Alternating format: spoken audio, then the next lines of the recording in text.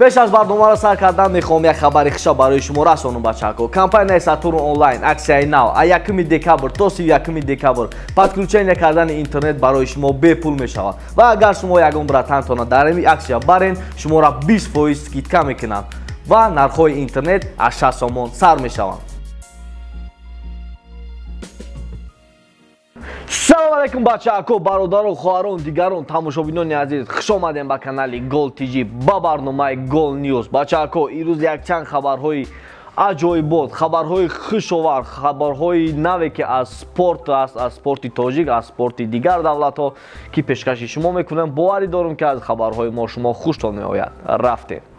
اولین خبر ما را سر میکنیم از علیو ایرج، ورزشگر تاجیکستان که تیتولی نوبتی خودش گرفت. تبریک میکنیم این برادر جان. همه وقت آرزومندم که مشتاقم که سخت باشند تیتولای نو به نام به تاجیکستان بیاری و دیگه برادرها خواهش میکنیم که این همینجا اینستاگرام می‌بینیم برادر موندگی همه کس هم می‌درویم یک کلمه رحمت نوشتن. باور کنیم برادر وقتی شما را نمیگیره که این برادر بدونه که ما خطی او هستیم. این هم خیلی مشق کنه و تیتولا را به وطن ما را بیاره.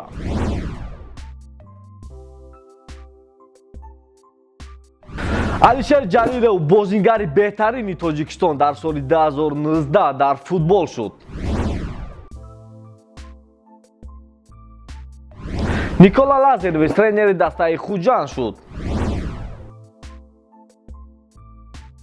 کریستیانو رونالدو باز هم یک گل افسانوی زد برادرها که از 2.5 متر با کلا گل زد. در دنی مومنت از همه گل های بهترین رفته ایستاده است تا آخر سال انیق می شود.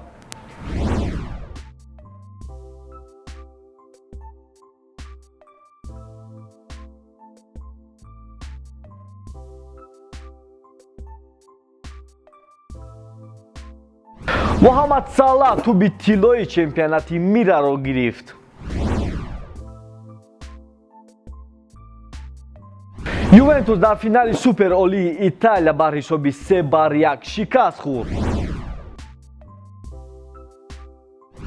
دسته بارسلونا در سال 2019 خاتمه یافت که آخرین بازیش را با دسته الاوس کرد که در آنجا بر حساب 4-1 غالب برآمد.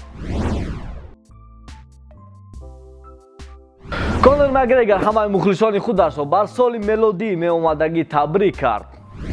این بود یک چند خبرها از سپورت که ما پیشکشی شما کردیم. کدام شما میخواهید که 20 تومان در شاتون پرتایم، پس در این نمره کامنتاری ابدگی بنویسین 20 تومان بگیرین. خیر برادرها، تا برنامه های دیگر.